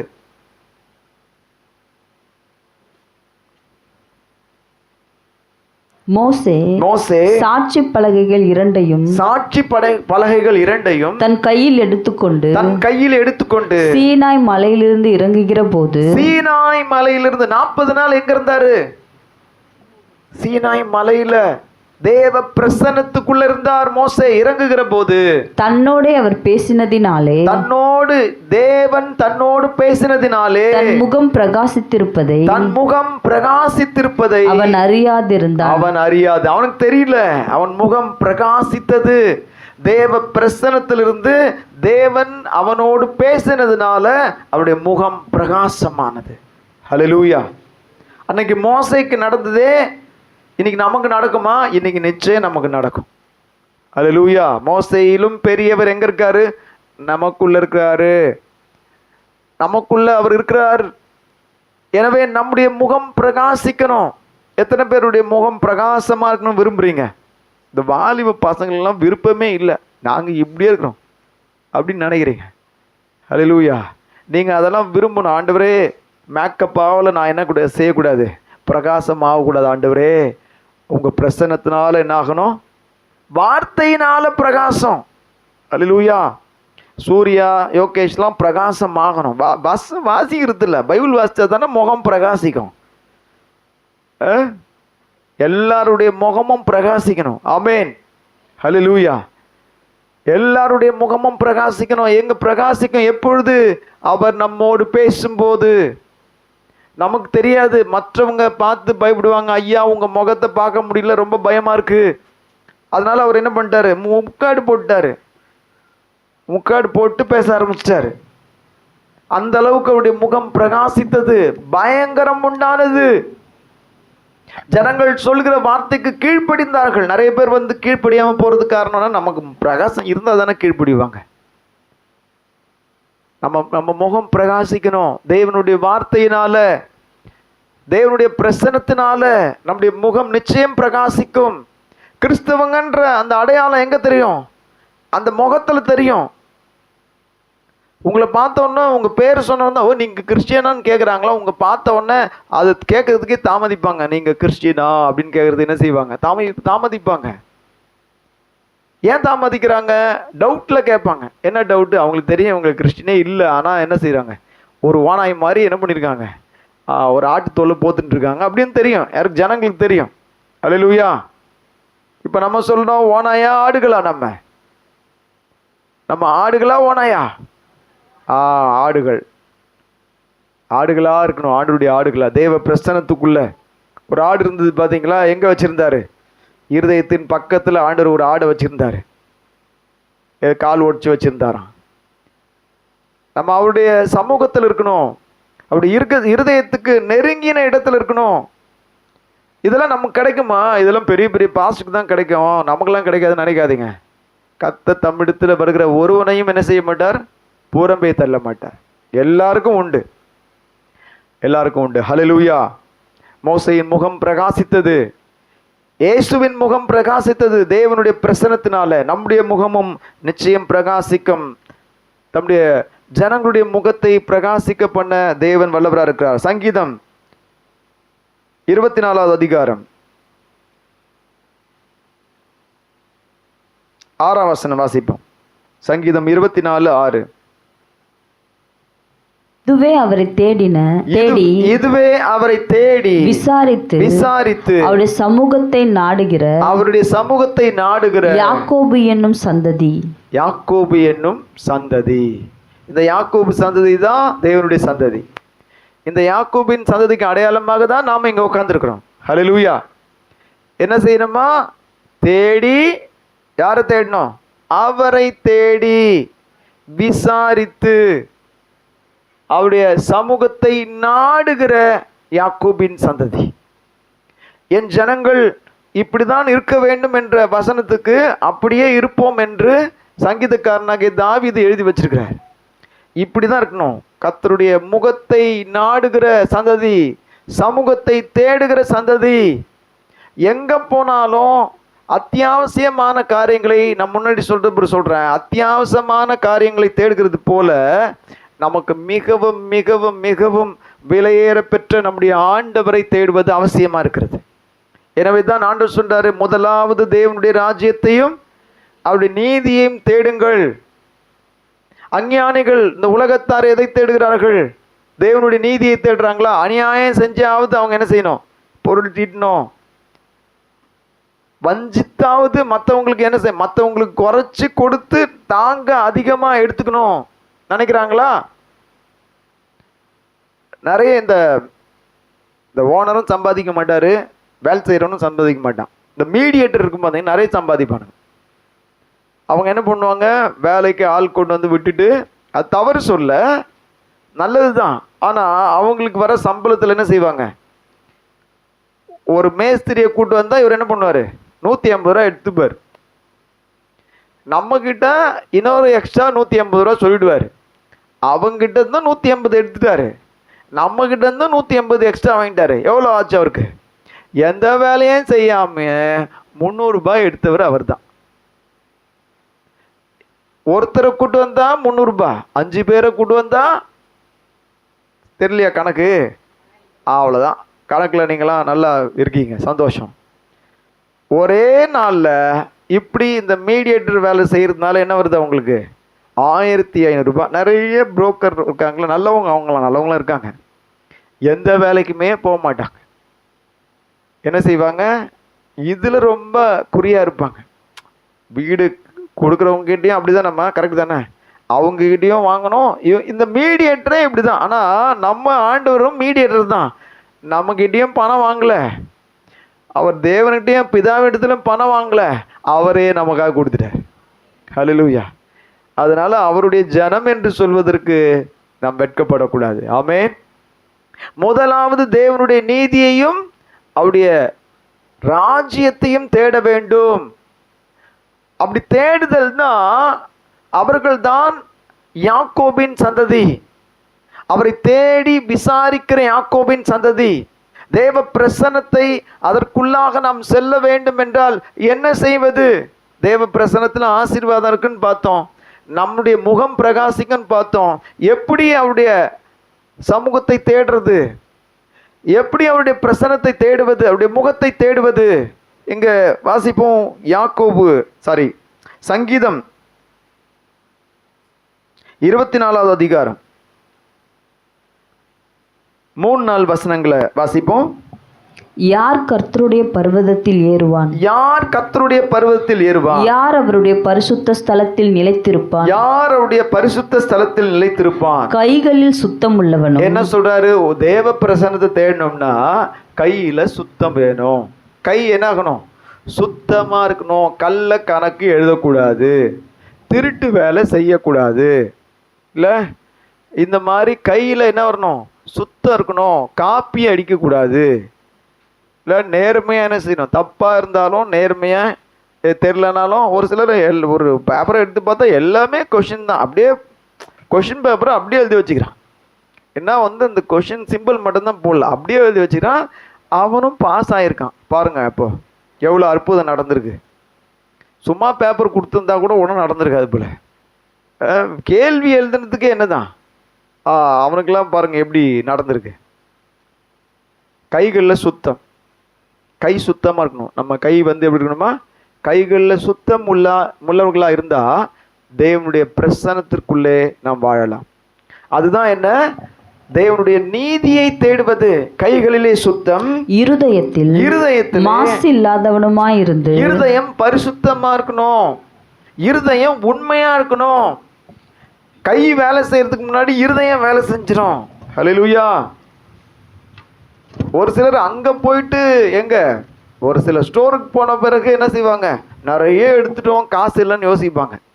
ஒரு சிலர் கையில் என்ன காசு இருக்கோ அதுக்கு கணக்கு போட்டு என்ன பண்ணுவாங்க? அப்படியே எடுத்துகிட்டு போவாங்க. இவ்வளோதான் இருக்குது, கடை போய் எடுத்துகிட்டு ஏதாவது எக்ஸ்ட்ரா இருந்தால் தூக்கி போட்டு என்ன பண்ணுவாங்க? பில் போட்டுருவாங்க. அந்த இருதயத்தில் அந்த கை வேலை செய்கிறதுக்கு முன்னாடி, கால் வேலை செய்கிறதுக்கு முன்னாடி நம்முடைய இருதயம் வேகமாக வேலை செஞ்சிடும், நம்முடைய மூளை வேகமாக வேலை செஞ்சிடும். அது எப்படிப்பட்டதாக இருக்கணும்? பரிசுத்தமாக இருக்கணும். இருதய சுத்தம் உள்ளவர்கள் பாக்கியவான்கள், அவர்கள் தேவனுடைய முகத்தை தரிசிப்பார்கள். ஹல்லேலூயா. இருதய சுத்தம். இன்னைக்கு இருதய சுத்தம்ன்றது கிறிஸ்தவங்களுக்குள்ளே இல்லாம போகிறது. ஆனால் தேவன் எதிர்பார்க்கறதுன்னா, என் ஜனங்கள் தங்கள் இருதயத்துல சுத்தம் உள்ளவர்களாக இருக்கணும். என் ஜனங்கள் யாராலும் கரைப்படக்கூடாது, உலகத்தினால கரைப்படக்கூடாது. இந்த இருதயம் உலகத்தால கரைப்படும். அப்பொழுது நம்முடைய பக்தி என்ன ஆகுது? தேவையற்றதாகிறது. பக்தி இல்லாத நிலைக்கு நம்ம போகிறோம். இந்த உலகத்தால் கரைபடாத ஒரு வாழ்க்கை. இருதயம் உலகத்தை வாஞ்சிக்க கூடாது. எல்லா தண்ணியும் இருக்கு, தாகம் ரொம்ப இருக்குது, அங்க பக்கம் ஒரு ஆறு ஓடுது, தாகத்துக்கு அந்த ஆறு தண்ணியை குடிச்சிடலாமா? நிறைய பேர் இன்னைக்கு பரவாயில்ல குடிக்கலான்னு குடிக்கிறாங்களே, வித்தியாசம் தெரியலையே. ஏன் வித்தியாசம் தெரியாம போகுது? இருதயத்துல சுத்தம் இல்லை. சுத்தம் உள்ளவனுக்கு சகலமும் சுத்தமா இருக்கும். அசுத்தனுக்கும் அவிசுவாசிக்கும் ஒன்றும் சுத்தமாயிராது. நம் உலகத்தில் வாழும்போது சுத்த கண்களோடு இருக்க வேண்டும், சுத்த கைகளோடு இருக்க வேண்டும், சுத்த காதுகளோடு இருக்க வேண்டும், சுத்த இருதயத்தோடு இருக்க வேண்டும். அவர்கள்தான் தேவனுடைய சமூகத்தை நாடி தேட முடியும். தேவன் நம்மிடத்திலே நம்மை ஆசீர்வதிப்பதற்கு அவர் இதையெல்லாம் நம்மிடத்தில் எதிர்பார்க்கிறார். நம்மகிட்ட எந்த பணமும் அவர் கேட்கறது இல்லை. ஆனா தேவன் நம்மிடத்தில் என்ன எதிர்பார்க்கிறார்? உன் இருதயத்தை கொடு, உன் இருதயத்தை சுத்தமாக்கி கொடு. சுத்தமுள்ள இருதயம், வஞ்சகம் இல்லாத இருதயம், சாந்தமும் அமைதியும் தாழ்மையும் நிறைந்த இருதயம், கொடுங்கோலா இருக்கிற இருதயம் அல்ல. ரொம்ப கோபமும் எரிச்சலும் கொண்ட இருதயம் ஒரு சிலருக்கு இருக்கும், அது நல்லதல்ல. இந்த கோபமும் எரிச்சலும் மற்றவர்களை எரித்து விடும் என்று நினைக்காதீர்கள். முதலாவது அது நம்மை தான் எரிக்கும். இது என்னன்னா, யார் மேல கோபப்பட்டோம்னா என்ன செய்யுது? விஷத்தை நம்ம குடிச்சிடுறோம். என்ன பண்றோம்? கோபம் ஒரு விஷம் மாதிரி நம்ம குடிச்சிட்டு அவன் செத்துருவானா எதிர்பார்த்துருப்போம். என்னடா குடிச்சு 1 மணி நேரம் ஆச்சு, இன்னும் சாவலியே, இன்னும் சாவலியே. 1 மணி நேரம் கழிச்சு சாக போறது அவன் கிடையாது, நாம தான். அவ்வளோ பயங்கரமானது கோபம். கோபத்தை விட்டுடு. கோபக்காரனோட என்ன செய்யாத? தோழனாகாத, விட்டுடு. தேவன் நம்மை இருதயத்தை அந்த கோபத்தினால் கூட உன் இருதயம் அசுத்தமாகி விடக்கூடாது, தீட்டுப்படுத்தக்கூடாது. பின்னாட்கள் ஆண்டவர் சொன்னார், போஜனத்தினால என்ன ஆகாது? சாப்பிடுறதுனால தீட்டு வராது அப்படின்னு சொல்றாரு. ஆனால் இதுக்கு முன்னாடி பிரமாணம் என்ன சொல்லுது? தீட்டு எங்க இருக்கு? போஜனத்தில் இருக்கு, சாப்பிடாத, அது உன் ஆத்மாவை கெடுது. பின்னாட்கள் ஆண்டவர் சொல்றாரு, உன் வாயிலிருந்து வாய்க்குள்ள போகிறது இல்லப்பா, உன் வாயிலிருந்து வருது பத்தியா கெட்ட வார்த்தை, அதனாலதான் நீ தீட்டாகிற. உனக்குள்ள இருக்கிறதான எண்ணங்களால தான் நீ தீட்டுப்படுற. அதை சரிப்படுத்து. உள்ள இருதயத்துக்குள்ள இருக்கிற அந்த எண்ணங்கள், மறைந்திருக்கிற அந்த காரியங்கள் என்ன? ஆண்டவர் வெளிச்சம் போட்டு காமிக்கிறார். மார்க் 7:21 மார்க் 7:21 ஆண்டவர் அழகா எல்லாத்தையும் வெளிச்சம் போட்டு காமிக்கிறார். என்னென்ன உள்ள இருக்கு? எப்படி எனில், மனுஷருடைய இருதயத்துக்குள்ளிருந்து பொல்லாத சிந்தனைகளும் விபச்சாரங்களும் வேசித்தனங்களும் கொலை பாதகங்களும் களவுகளும் பொருளாசைகளும். பாருங்க, இதெல்லாம் எங்க இருக்கு? இருதயத்துக்கு உள்ள இருக்கு. களவுகளும் துஷ்டத்தனங்களும் கபடும் காம விகாரமும் வன்கண்ணும் தூஷணமும். என்ன கண்ணு? வன்கண். நீ டிவி வாங்கிட்டியா? அப்பவே டிவி உடஞ்சிடும், சுக்குநூறு ஆயிடும்.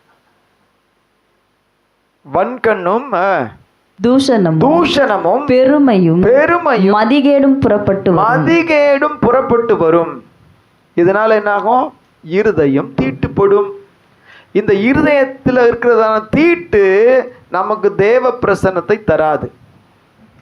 ஒரே ஒரு விஷயம்தான் இருக்கு. இருதயத்தை சுத்திகரிக்கிற வல்லமை இயேசுவின் ரத்தத்திற்குள்ள எல்லா பாவங்களையும் அறிக்கையிட்டு ஜெபம் பண்ண பிறகு ஆண்டவர் இருதயத்தை சுத்தம் பண்ணி தம்முடைய பிரசன்னத்தை நமக்கு தருவார். நம்முடைய முகத்தை பிரகாசிக்கும். இருதயத்தில் ஒரு பிரகாசம், இருதயத்தில் ஒரு சுத்தம். ஆமென், ஹல்லேலூயா. சுத்தம் இல்லாத இருதயத்தை கர்த்தர் காண்கிறார். கர்த்தர் காண்கிறார். பாவத்தை பாராத சுத்த கணர் தான். ஆனால் அதற்குரிய விலை கிரயத்தை அவங்க கொடுத்து தான் ஆகணும். மிஸ் ஆக முடியாது. ஒருத்தர் என்ன செய்ய முடியாது, யாரும் மறைந்திருக்கவே முடியாது. எத்தனை வருஷம் ஆனாலும் அதை ஆண்டவர் வெளியே கொண்டு வருவார். அதற்குள்ளாக நம்ம என்ன செய்யணும், தேவ சமூகத்தில் ஓடி, உன்னை ஒருத்தவன் கடன் கொடுத்தவன் வந்து உன்னை கடன் கொடுக்காத உன்னை கொண்டு போய் சிறையில் போடுறதுக்கு முன்னாடி அவன் காலில் விழுந்து என்ன செய், மன்னிப்பு கேளு, சீக்கிரமாக உன் கடனை கொடுத்துட்றேன், எனக்கு இறங்குன்னு சொல்லு. அப்போ உன்னை அவன் சிறையில் போட மாட்டான், வேதம் சொல்லுது. அதுபோல் நம்ம வேகமாக ஓடி போய் ஆண்டவருடைய சமூகத்தில் விழுந்து, சுத்தம் இல்லாத என் இருதயத்தை ஆண்டவரே சுத்தப்படுத்தும். பொருளாசை இருதயத்தை என்ன பண்ணும், தீட்டுப்படுத்தும். வன்கண் இருதயத்தை தீட்டுப்படுத்தும். தூஷண வார்த்தை, கெட்ட வார்த்தை இருதயத்தை தீட்டுப்படுத்தும். அதுல சொல்லப்பட்ட அத்தனையும் இருதயத்தை தீட்டுப்படுத்தும். எண்ணங்கள் இருதயத்தை தீட்டுப்படுத்தும். ஆண்டவர் சொல்றாரு, மாசில்லாத இருதயம், மாசில்லாத இருதயம். அதுக்கப்புறம் தன் ஆத்துமாவை 24 சங்கீதம் 24, தன் ஆத்துமாவை மாயைக்கு ஒப்பு கொடாதவன், கபடாய் ஆணையிடாமலும் இருக்கிறவனே. மூணாவது, தன் ஆத்மாவை மாயைக்கு ஒப்பு கொடுக்க மாட்டான். அவனுக்கு தெரியும் நிலையானது எதுன்னு தெரியும். தேவனுடைய ஜனமே, நமக்கு தெரிந்திருக்க வேண்டியது எது நிலையானது, எது நிலையானது. யாரோ ஒருத்தர் வந்து நம்மளை பாராட்டுறது நிலையானதா? கிடையாது. அது கடந்து போயிடும். நாளைக்கு நம்மளை விட யாராவது நல்லா பாடினாங்களா, அவங்கள என்ன செஞ்சிருவாங்க, நீங்கள் அவங்கள விட நல்லா பாடினீங்கன்னு சொல்லிட்டு போயிடுவாங்க. அதெல்லாம் கடந்து போயிடும். நிலையானது என்ன? நிலையானது இப்பொழுது இருக்கிறது அல்ல, வரப்போகிறது. ஹல்லேலூயா. வரப்போகிறது நிலையானது. எபிரேயர் புஸ்தகத்தில் 13வது அதிகாரம் 14ஆம் வசனத்தில், நிலையான நகரம், நிலையான நகரம் நமக்கு இங்கே இல்லை, நமக்கு இங்கே இல்லை, வரப்போகிறதையே நாடி தேடுகிறோம். வரப்போகிறதையே நாடி நாம் எதை தேடணும்? வரப்போகிற அந்த பரிசுத்த நகரத்திற்காக நாம் ஆயத்தப்படுவது, அதை நாடி தேடணும். அதற்காக நம்முடைய வாழ்க்கையை ஆயத்தப்படுத்தணும். நிச்சயமா இந்த உலகத்துல நல்லா வாழ்வோம், தேவ பிரசன்னத்துல சமாதானத்தோட கிருபையோட நல்லா வாழ்வோம். இந்த நல்ல வாழ்க்கை நமக்கு எதற்கு நேராக நடத்துகிறதா? அந்த தேவ பிரசன்னம் வரப்போகிறதற்கு நேராக நாடுகிறது. தேவ பக்தி, நமக்குள்ள இருக்கிற அந்த தேவ பக்தி, நிறைய பேர் சொல்லுவாங்க மிதமெஞ்சிய தேவ பக்தின்னு சொல்லுவாங்க. அதுல அறிவில்லாத தேவ பக்தியா இருக்கக்கூடாது, அறிந்த தேவ பக்தியாக. கர்த்தரை அறிந்த தேவ பக்தி வேண்டும். இன்னைக்கு கர்த்தரை அறியாத தேவ பக்தி இருக்கு. ஒரு அம்மா பையனை கூட சொன்னாங்களாம், தம்பி 100 மார்க்கும் நீ எழுதிடுவ, கர்த்தர் உன் பக்கத்துல இருந்து உனக்கு சொல்லி தருவார். எங்க எக்ஸாம்ல இவன் வந்து படிக்கிறது கிடையாது, சும்மா ஊரை சுற்றிட்டு வந்துட்டு படிக்காம. ஆனால் அம்மா ஜபம் எப்படி இருக்கு பாருங்க, தம்பி உனக்கு 100 மார்க்கையும் என்ன செய்வார், பக்கத்திலே இருந்து இயேசு சொல்லி தருவார். அப்போ எக்ஸாமில் அந்த ஸ்குவாடு வந்தாங்கன்னா யாரை தான் பிடிப்பாங்க? இயேசுவை தான் பிடிச்சின்னு போவாங்க. அவன் தனியாக எக்ஸாம் எழுத முடியாது, அம்மா அப்பாவே விடுறது இல்லை. நீங்கள் வந்து என்ன சொல்லி தரீங்க, அவரை பிடிச்சின்னு போயிடுவாங்க. அந்த மாதிரி என்ன, முதல்ல பையனை படிக்க வைக்கணும், அதற்குரிய காரியங்களை செய்யணும். அதுக்கப்புறம் என்ன, இதெல்லாம் என்ன, அறிந்த என் பையன் முயற்சி செஞ்சா கர்த்தர் உதவி செய்வார்ன்றது தான் என்ன ஞானம். ஞானத்துக்கு விரோதமாக செயல்பட்டு என் பையனை ஃபெயில் ஆகி அப்படி சொல்லக்கூடாது, என் பொண்ணு ஃபெயில் ஆகிடுச்சு சொல்லக்கூடாது. என் பொண்ணு இப்போ எப்படி இருக்கு, இப்படி செய்வான் நான் எதிர்பார்க்கவே இல்லை. யார் தான் எதிர்பார்த்தது? யாரும் தான் எதிர்பார்க்கல. ஞானம் வேணும். ஞானமா நாம் நடந்து கொள்ள வேண்டும். அந்த ஞானம் பரத்திலிருந்து வருகிற ஞானம். தேவன் நம்ம எல்லாருக்கும் என்ன கொடுத்துருக்காரு? பரத்திலிருந்து வருகிற ஞானத்தை கொடுத்துருக்காரு. அப்படி கொடுத்திருக்கிற தேவன் எதற்காக அதை கொடுத்தார்?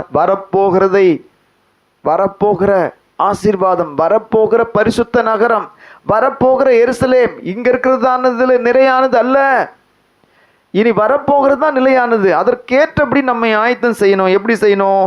ரோமர் 2 அதிகாரம் 7 வசனம்.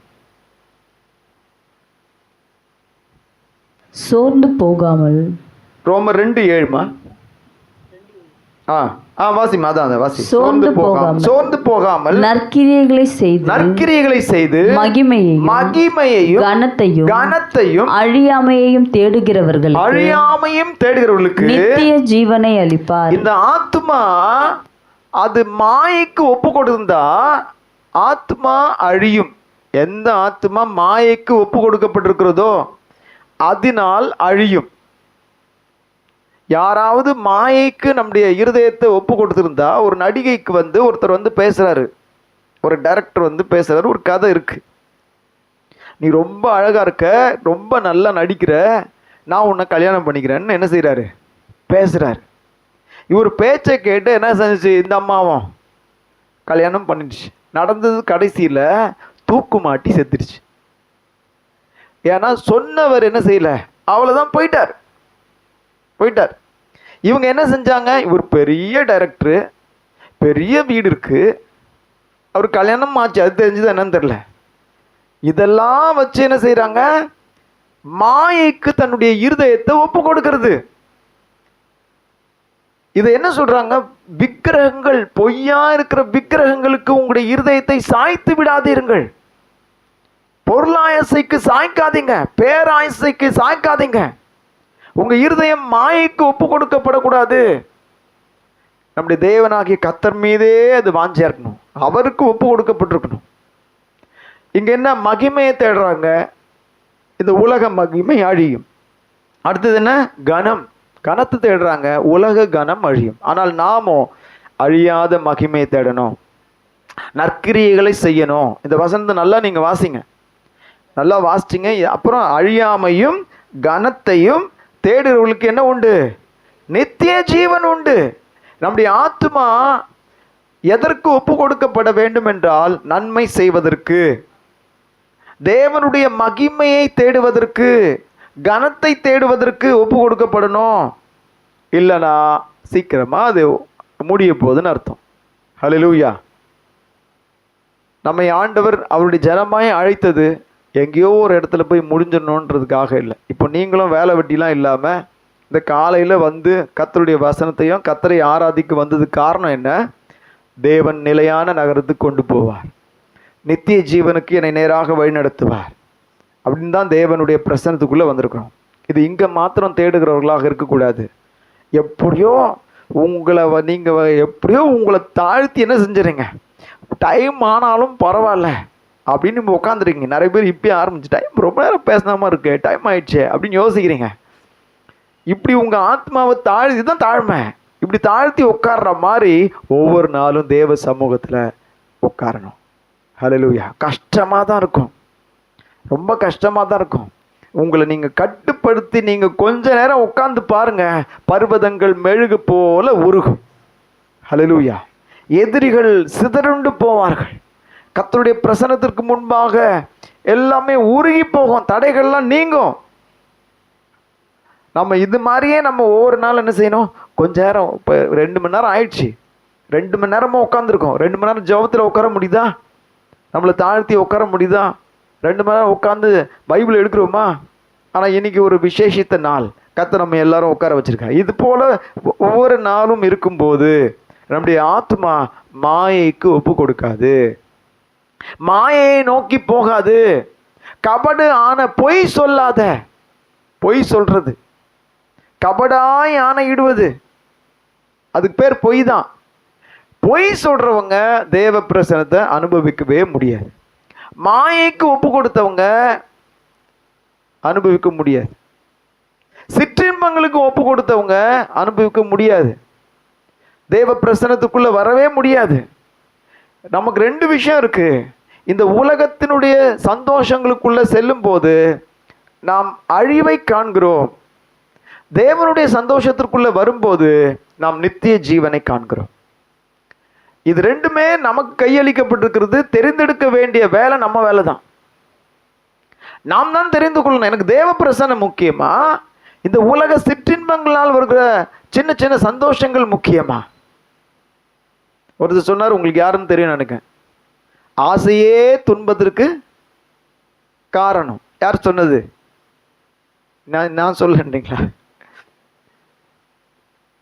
உண்மையாவே அதீதமான ஆசை எங்க கொண்டு போய் விட்டுரும்? துன்பத்தில் போய் விட்டுரும். அதை அறிந்தவர்கள் சொல்றாங்க. அதனால நம்ம பொய் சொல்ற எந்த காரணத்துக்காகவும் பொய் சொல்றதை நிறுத்துங்க. அது தேவ பிரசன்னத்தை கெடுக்குது. ஏன் நம்மால தேவ பிரசன்னத்துக்குள்ள நுழைய முடியல? பொய் இருக்கு, கபட்டு ஆணை இருக்கு. கபட்டு ஆணையினால நம்மளால என்ன செய்ய முடியல? தேவ பிரசன்னத்துக்குள்ள போக முடியல. நீங்க அதை விட்டுருங்க. கர்த்தருக்காக கபடாய் ஆணையிடாமல் இருங்க, பொய் சொல்லாம இருங்க. உங்களை தேடி தேவ பிரசன்னம் வரும். நீங்கள் அமரும் போது தேவ பிரசன்னத்தை நம்ம என்ன செய்வோம்? அனுபவிப்போம். ஹல்லேலூயா. கடைசியாக ஒன்று சொல்லி முடிக்கிறேன், நேரம் ஆயிடுச்சு. தேவனுடைய முகத்தை தேடுவதற்கு இதெல்லாம் சேர்ந்து ஒன்று வரும். எபிரேயர் 11 அதிகாரம் 6 வசனம். எபிரேயர் 11:6. விசுவாசம் இல்லாமல் தேவனுக்கு பிரியமாயிருப்பது கூடாத காரியம். ஆமா, தேவனை தேடுவது கூடாத காரியம். ஏனென்றால் தேவனிடத்தில் சேருகிறவன் அவர் உண்டென்றும் அவர் தம்மை தேடுகிறவர்களுக்கு பலன் அளிக்கிறவர் என்றும் விசுவாசிக்க கடவன். தேடாதவர்கள் அவர்கள் பாதிக்கப்படுகிறார்கள். தேவனை தேடாதவர்கள், அதுவும் அவருடைய ஜனமா இருந்து கிறிஸ்தவர்களா இருந்து ஞானஸ்தானம் எடுத்து வேதத்தை கையில் வைத்துக் கொண்டு அவரை தேடாதவர்கள் நிச்சயமாய் பாதிக்கப்படுவார்கள். ஒரு போதகருடைய மகன், அவர் போதகர் மகனா இருக்கிறதுனால அவர் சிறு வயதிலே அழைக்கப்பட்டார், ஊழியத்திற்கென்று அழைக்கப்பட்டார். ஆனால் அவரோ தன்னுடைய வாலிப பிரயாணத்தில் கர்த்தரை தேடாம போனதுனால கர்த்தர் ரொம்ப பொறுமையா இருந்தார். திடீரென்று ஒரு நாள் காலையிலிருந்து கண்ணாடியில் போய் முகத்தை பார்க்குறாரு. முகத்தில் கருங்குஷ்டம், ஃபுல்லாக கருப்பு அடிச்சு போயிருக்கு. அது சாதாரண கருப்பு இல்லை. இப்போ நம்மலாம் கருப்பே கிடையாது. நீங்கள் யாராவது உங்களுக்கு கருப்புனா இல்லை, கருப்பு கிடையாது. நம்மலாம் ப்ரௌன். என்ன சொல்லுங்க? அவ்வளோதான், கருப்பு இல்லை. அந்த ப்ரௌன்லேயே என்ன வந்திருக்கு? கருப்பாக வந்திருக்கு. எங்கெங்கேயோ போய் டாக்டர்கிட்ட போறாரு. பயம் வருது. அது பேர் கருங்குஷ்டம். பயம் வருது. நிறைய ஹாஸ்பிட்டலில் போய் நரம்பு ஊசி போடுறாரு. அங்கெல்லாம் போட்டு அந்த சிறு வயதில் அவர் துடிச்சு போயிடுறாரு. கடைசியில் என்ன நடந்தது தெரியுமா? தேவ சமூகத்துக்கு வந்தார். அவருடைய அழைப்பை அங்கே ஆண்டவர் சுட்டி காண்பித்தார். நீ அழைக்கப்பட்டவன், நீ என்னுடைய ஜனம், நீ எனக்காக வாழ வேண்டியவன். நீ என்னவோ என்ன செய்யற? என்னை மறந்து என்னை விட்டு நீ தூர போயிட்ட. இல்லாத பாவத்தெல்லாம் செய்கிற, சபையில் உட்கார்ந்து வாசிக்க வேண்டிய நீ என்ன சினிமா பாடல்களுக்கு வாசிக்கிற. அப்படியே அவர் சொன்னது தான் சொல்கிறேன். ஒரு சில வேளையில் அந்நிய தெய்வங்களுக்கு வாசிக்கிற அளவுக்கும் நீ போயிட்ட. இப்படி நீ இந்த சின்ன வயசுல 21 வயசு கூட ஆகலை, அதுக்குள்ள இதெல்லாம் நடக்குது. இப்படிலாம் நீ போயிட்ட. நீ மனம் திரும்பணும், நீ மனம் திரும்பு. அவ்வளோதான். அதோட அவர் உட்காந்து இரவு முழுவதும் அழுதுருக்கார்.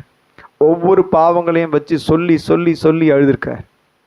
அழுது தன்னை தாழ்த்தி அப்படியே தூங்கிட்டாராம். காலையில் எழுந்து முகத்தை கழுவிட்டு டவுலை எடுத்து தொடச்சாராம். அப்படியே அந்த கருங்குஷ்டம் உறிஞ்சி வந்துடுச்சு. ஹல்லேலூயா. ஆண்டவர் முகத்தை தேடலனா நமக்கும் இப்படி தான் என்ன வரும்? குஷ்டம் வரும்,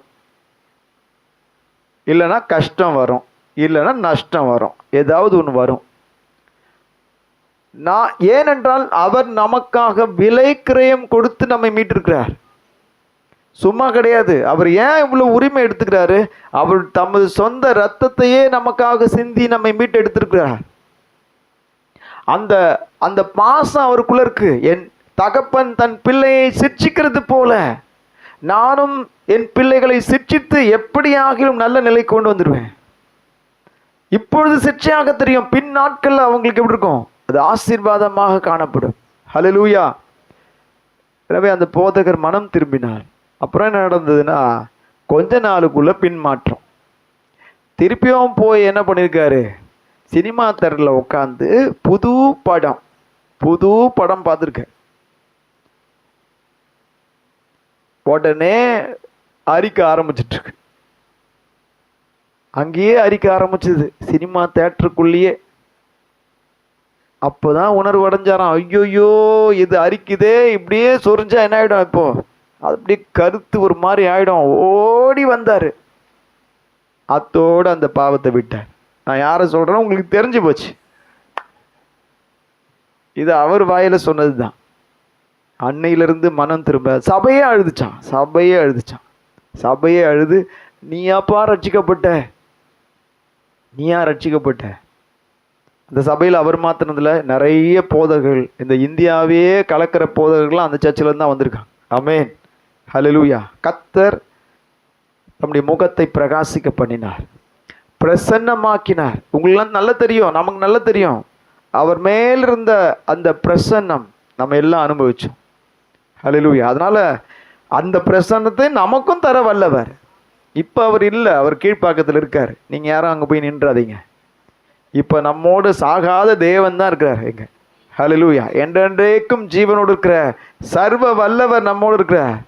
அவருடைய விருப்பம் என் ஜனங்களின் முகத்தை தேடணும், நான் அளிக்கிற பலனால அவங்க திருப்தி ஆகணும். ஹல்லேலூயா. எழுந்து நிற்போம், ஜெபம் பண்ணுவோம். ஹல்லேலூயா. ஸ்தோத்திரம். தேவ பிரசன்னம், சுத்தமான கைகள், தூய்மையான இருதயம், மாயைக்கு ஒப்பு கொடுக்காத ஆத்துமா.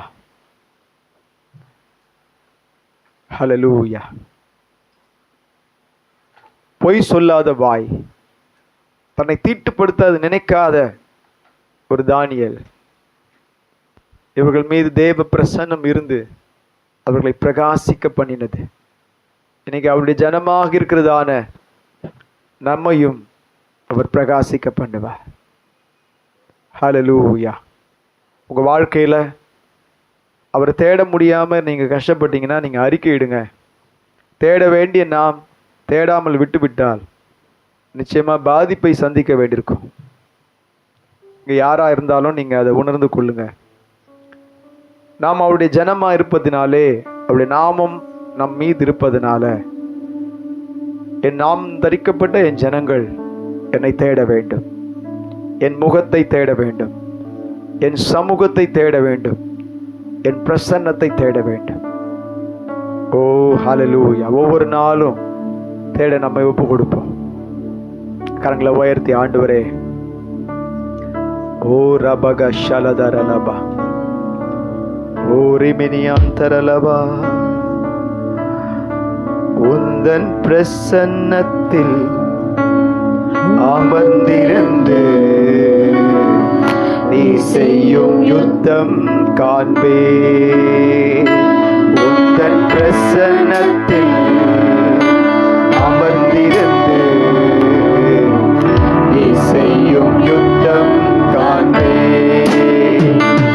என் பலத்தினால் ஒன்றும் ஆகாது, என் சுயத்தினால் ஒன்றும் நடக்காது. என் பலத்தினால் ஒன்றும் ஆகாது, என் சுயத்தினால்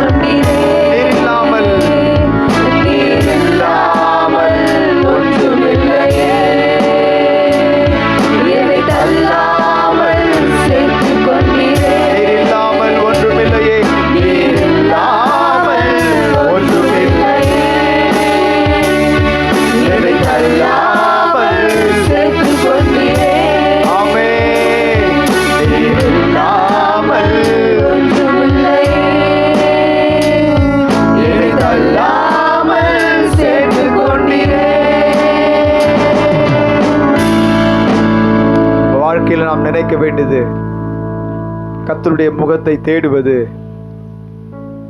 அப்படின்னா என்ன? அவர் இல்லாம நான் இல்லை, அவர் இல்லாம நான் இல்லை. யோவான் சொல்றாரு, நான் சிறுகணும் அவர் பெருகணும். இங்க இருக்கிற அத்தனை பேருடைய எண்ணமும் அதுதான். நான் நானாக இருப்பதல்ல, நான் அவராக இருப்பதை தான் தேவன் விரும்புகிறார். அதற்காக தான் அவருடைய முகத்தை நம் மீது பிரகாசிக்க பண்ணுகிறார். அவர்கள் அவரை நோக்கி பார்த்து பிரகாசம் அடைந்தார்கள், அவருடைய முகங்கள் வெட்கம் அடையவில்லை. நாம் எப்பொழுதும் நோக்கி பார்க்கிற ஒரு கண்மலை நம்முடைய ஆண்டவர் மட்டும்தான். ஓ ஹalleluya ரிபா ஷலதரபா. ஓ எல்லாரும் ஒப்பு கொடுங்க. ஆண்டவரே, உம்மை நாங்கள் ஸ்தோத்திரிக்கிறோம்ப்பா. அனுதினமும் உம்முடைய முகத்தை தேடணும்ப்பா. அனுதினமும் உம்முடைய பிரசன்னத்துல அமர்ந்திருக்கணும்ப்பா.